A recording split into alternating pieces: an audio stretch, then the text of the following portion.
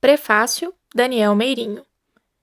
Em um certo momento das oficinas de fotografia que estavam sendo realizadas em dois territórios indígenas do Agreste e Sertão de Pernambuco, um pajé da etnia Pancará, em meio a uma roda de diálogos sobre ancestralidade dentro do terreiro sagrado de sua aldeia, me contou que o céu era um grande mensageiro de saberes e valores ancestrais.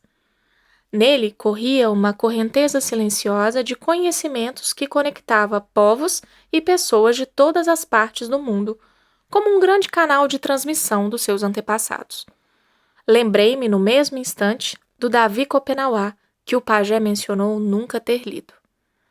O xamã que nasceu e cresceu em um sertão verde, em uma aldeia que margeia o rio São Francisco e dele todo o seu povo se originou, habitou, sobreviveu e continua em luta, usou o rio como metáfora para explicar a conexão do velho Chico com esse céu mensageiro inflado de histórias, memórias e temporalidades. O rio é uma entidade que sempre esteve a serviço e em perfeita harmonia com o céu que abriga todos os seres humanos. Um céu sustentado e mantido por espíritos encantados, e que às vezes, mas muito raramente, para aquele sertanejo, caía em forma de água e se diluía em fusão com o rio, como se este tivesse a responsabilidade de dar continuidade ao curso da mensagem.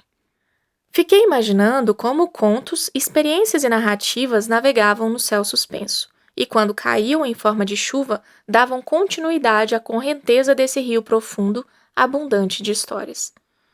Pensei, naquela altura, como o tempo destas histórias que estavam em constante fluxo de temporalidades diversas. É como se o passado habitasse o presente e o futuro, fazendo com que os eventos e saberes estivessem em constante movimento de ciclos, em uma perene transformação. Não falo aqui do tempo que conhecemos como meio de regulação, exploração e controle sobre a vida das pessoas, pelo prisma de um desenvolvimento, pois, assim como o céu, o rio ainda não tem cercas. Refiro-me à existência de histórias e memórias que atravessam o tempo linear e se transformam em um ciclo espiralar de ida e vinda, de diferentes formas e estados físicos, como aqueles que a matéria-água pode assumir na natureza. A continuidade dessas narrativas não se distingue entre passado, presente e futuro de maneira estanque. Assim como a morte, a chuva ou até o estuário do rio, quando este alcança o oceano, não representa o fim da existência, pois mesmo estando morta, ela, a história, teria meios e formas para continuar a existir em outros planos e estados físicos. Na fala do pajé, o passado, o céu e o rio estão concomitantemente relacionados, como lugares de saberes e de experiências acumulativas, que também habitam o presente e o futuro, sendo também por eles habitado. O livro Vozes do Velho Chico se alinha a esse fluxo, a serviço do céu e do rio, como um mensageiro que ajuda no curso de movimento destas histórias, mas também como meio de contato entre comunidades rurais, de pescadores, povos originários, etnias indígenas e quilombolas, por meio da valorização de suas memórias, materializadas em 8 histórias da tradição oral.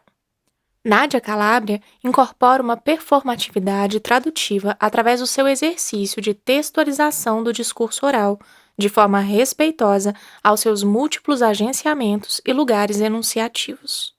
Seu trabalho passa por conectar e superar as grandes distâncias ainda existentes entre a cultura oral e a tradicional, produzida por diversas semânticas e línguas de diferentes povos, como quem se dedica ao ofício de conservar e transmitir a palavra alheia. Os contos míticos que fundam e margeiam o Rio São Francisco se encontram neste livro que fala de si, uma mulher sertaneja, mas dirigida a nós, que buscamos entender esse território encantado. Seus contos e modos de falar só podem ser reconhecidos após termos claro esse lugar do qual ela se constituiu como guardiã de memórias do sertão desde sua infância. Sua voz e sua poética são marcadas por um lugar e por um território cultural nos quais ela se inscreve e se insere. Só assim consigo entendê-la melhor e aconselho que façam o mesmo.